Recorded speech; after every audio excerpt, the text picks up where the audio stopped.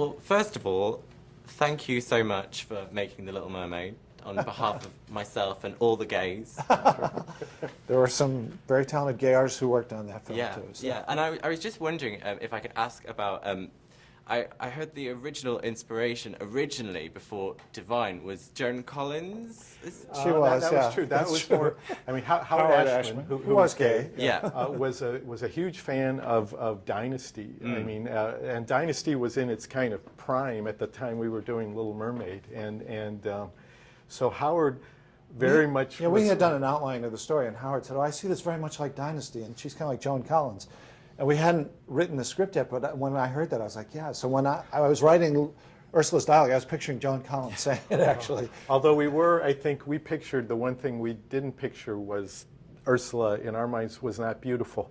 No, and Joan Collins was, I mean, just to And still contrast is. with, yes, she still is, absolutely. Just to contrast with Ariel, we pictured Ursula being more like she was, I mean, in the movie, maybe a little overweight and past her prime a little bit, but very theatrical, certainly, and certainly Divine was an inspiration in relation to that. One of the character designers, I mean, really sort of. Rob Minkoff, you're talking about? Well, I 'Cause think Rob did the drawing that was based on Dwight. And then Kevin Lima. Kevin Lima, I'm thinking of, where she was really, I mean, she had, Well, she had a kind of mohawk on Yeah. some of those early and drawings. and it was Very like, pink no, flamingos kind of. this is, no, that's too far.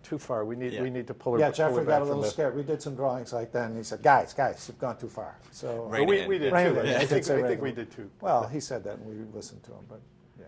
And am I right in that Jim Carrey read for Eric? He did. You're right. Yeah. He Yeah. was.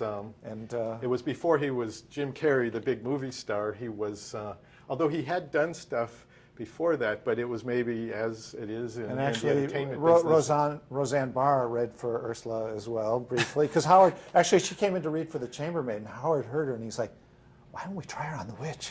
So he leaned over and said, she goes, Flots and Jets and your divine little vipers, come in. Did this whole thing. And I think for Scuttle, we Didn't quite land, but we yeah. had various comedians. Well, Bill did it. Maher, Bill Maher. Bill Maher, who's on Politically and Incorrect. also He read for Michael, Scuttle. Michael Richards auditioned for Richards, Scuttle. That was before Seinfeld and long before Yeah, it that. was an so, interesting, so group of yeah, people Jim that came Carrey had his baseball cap on to try to look younger because Eric was very youthful. Yeah. And This was before Jim Carrey became the big Jim Carrey that he was, yeah. Right. Now, I myself have dressed as the Little Mermaid before. As have I? No, No, actually, I have not, but yeah. although Mark I have Dindal did seen one. guys dressed as Ariel, though. Yeah, Yes, and Part of Your World is a song that I sing in the bath on a regular basis. Okay, all right. When you're splashing around. Do you have pretend- red? Do you put on a red wig? Or? Not in the bath because that Okay, would get okay, wet. that would but be a problem. yeah, Okay, you know. yeah. But I was wondering if Halloween I know there's cosplay conventions. Yeah, there's Have you cosplay. ever dressed as any of the characters from the film? I have never. I have dressed. I have dressed as. He dressed as a Star Trek character. So I- he's I- been I- Captain I- Kirk a number of times. I've worn my Star Trek uniform because I'm a big Star Trek fan, and at Halloween It's kind of costume or pathetic in its something. own way. But I don't. No, I don't think either that- of us have ever dressed. But Mark Dindal, who did the special effects on the movie, while we were making the movie for Halloween, dressed as Ariel. And Mark is a heterosexual, very buff guy, but he put on the wig and he put on seashells and the whole thing. And he created quite a stir, kind of stomping around the halls. Picture Channing Tatum as Ariel. Sort of, you get the relative idea. Now but, that could be a thing. that could be a thing. Yeah. Actually, it was almost a thing then Yeah. too.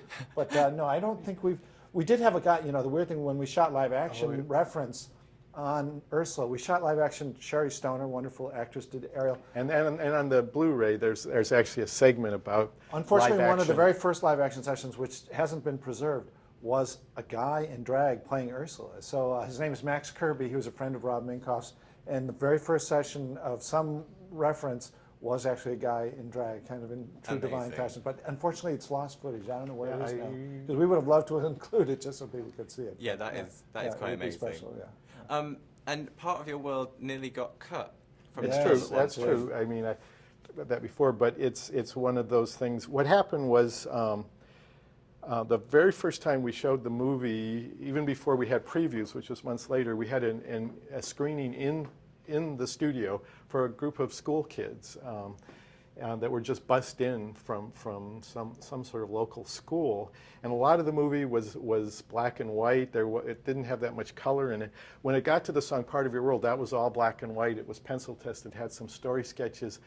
I think what happened was one of the kids dropped some popcorn, which aggravated things. But basically, kids got noisy during that whole sequence, and once that catches on, it can like take over. And Jeffrey Katzenberg was there at the screening, and he was convinced of from this that we had to cut that song.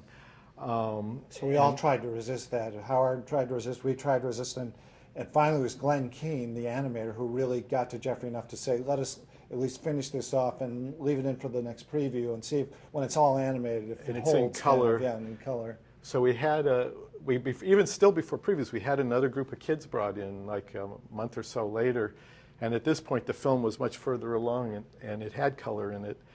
And thank God the kids were quiet through the whole thing. They didn't squirm. We had sedated them though.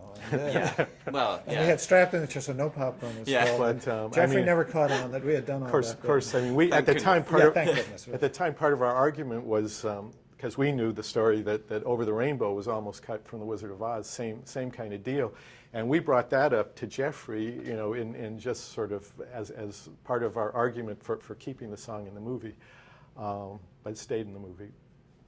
Thank goodness. Yeah, we were glad that it stayed. Yeah. Yeah, and that's all I've got time for. Okay. So Right. thank Okay. you. Thank you. Good Thank luck. you very much.